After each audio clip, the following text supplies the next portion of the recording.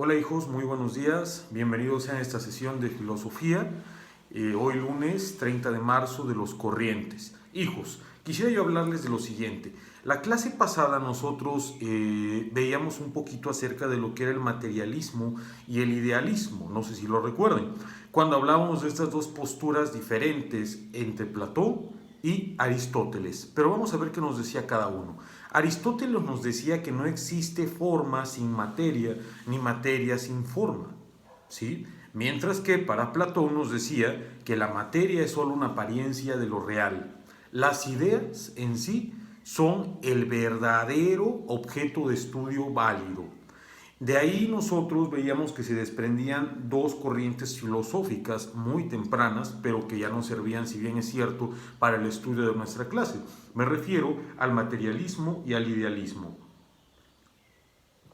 Cómo nosotros encontramos plasmada en una corriente que todo tiene su propósito, su tendencia en cuanto al mundo de las ideas y en otra en cuanto a la materia. Es decir, que tiene que materializarse para que nosotros podamos partir de ahí como un objeto de estudio, hijos. Bien, eso es por una parte acotando el tema que veíamos la última sesión. Espero no exista ninguna duda. Ahora bien, respecto al texto que les dejé copiaran en sus libretas sobre la intuición de los primeros filósofos, aquí ustedes me gustaría que si hubieran refrescado un poquito acerca de cómo tenían o cómo tienen, mejor dicho, ustedes concebidos a los primeros filósofos. Ya lo sabemos, los filósofos de Mileto. Todos estos pensadores que encontraban el origen de todo, el origen del universo, como lo veremos otra vez con el término cosmología al iniciar la segunda unidad, cómo todo lo relacionaban respecto a la naturaleza, ¿verdad? Cómo todo tenía su origen en la naturaleza, en los elementos que la misma naturaleza nos proporcionaba o nos daba. Es muy interesante, ya que estas ideas de los primeros filósofos estaban basadas y construidas, mejor dicho, de forma empírica. Ustedes saben lo que es la palabra empírica, es decir, que carece de toda comprobación científica, ¿sí? Es estructurada conforme a la teoría, conforme al conocimiento nato, al conocimiento natural de cada filósofo. Y estos primeros filósofos que encontraban en el aire, en la tierra, en el agua, ya lo recordamos muy bien, de hecho sí, porque saben que era pregunta en su examen, cómo encontraban ahí ellos el origen de todo. Esta era la intuición, perdón, la palabra clave aquí es intuición. ¿Qué entendemos nosotros por intuición?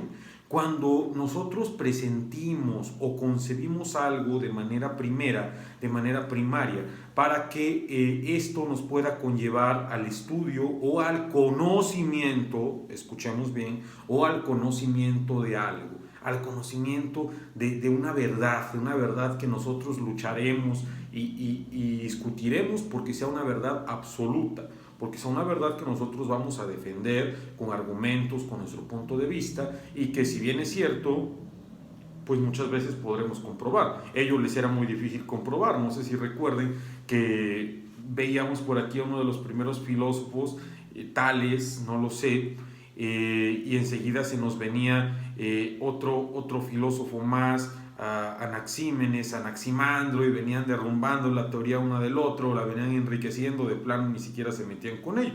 Bueno, así es como nosotros también podemos entender esta intuición. Todos ellos se basaban por medio de la intuición en estos estudios empíricos. Muy bien, hijos, si no existe ninguna duda hasta acá, con la intuición de los primeros filósofos, como se titula esta última cuartilla de nuestro temario, creo que podemos pasar a la unidad 2. La unidad 2 que se titula El conocimiento. Pero ¿qué nosotros entendemos por conocimiento? De facto no podemos nosotros ir, como diríamos, a la yugular y de ahí querer tomar un concepto ahorita de una palabra tan compleja como lo es la palabra conocimiento.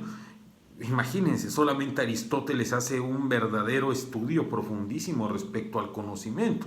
Nosotros no podemos, en definitiva, querer llegar y cimentar en este momento muy temprano una teoría o una definición de lo que es conocimiento. Primero nosotros tendremos que analizar otros aspectos hasta llegar a este término. Pero muy bien, hijos, para que nosotros entendamos la palabra conocimiento,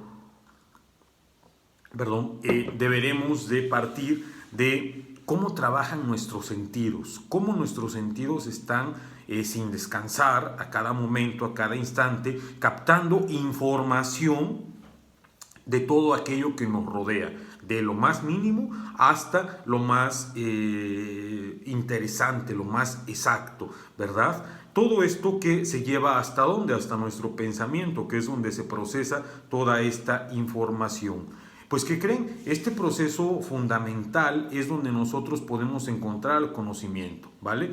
Desde que nosotros captamos toda la información que nos rodea mediante los sentidos, la llevamos a nuestro pensamiento, estamos haciendo un proceso de conocimiento. Pero aquí es a donde hablaremos de una rama de la filosofía que me parece importante mencionar en este momento. Me refiero a la epistemología. ¿Qué es la epistemología? Ya lo he dicho, es una rama de la filosofía cuyo objeto de estudio, o se encarga, mejor dicho, del estudio del conocimiento. Imagínense, una rama que estudia el conocimiento, cuando se supone que el conocimiento pues es el estudio de alguna ciencia en específico o en particular, si lo quisiéramos definir desde este momento de esa manera. Muy bien. De sus fundamentos y obviamente de sus métodos de este conocimiento. Ya nosotros lo sabemos, el método científico, que es como nosotros podríamos hablar estrictamente de un conocimiento, puesto que pasa por un proceso y por lo tanto puede ser comprobable. Muy bien, el objeto central de estudio de la epistemología, ya lo hemos dicho, es la relación que existe entre sujeto y objeto. Vamos a iniciar con estos dos conceptos para ir redefiniendo la clase de este día y orientarla hacia lo que queremos nosotros llegar. Muy bien, la relación sujeto-objeto, hijos. Pero ¿en qué consta esta situación?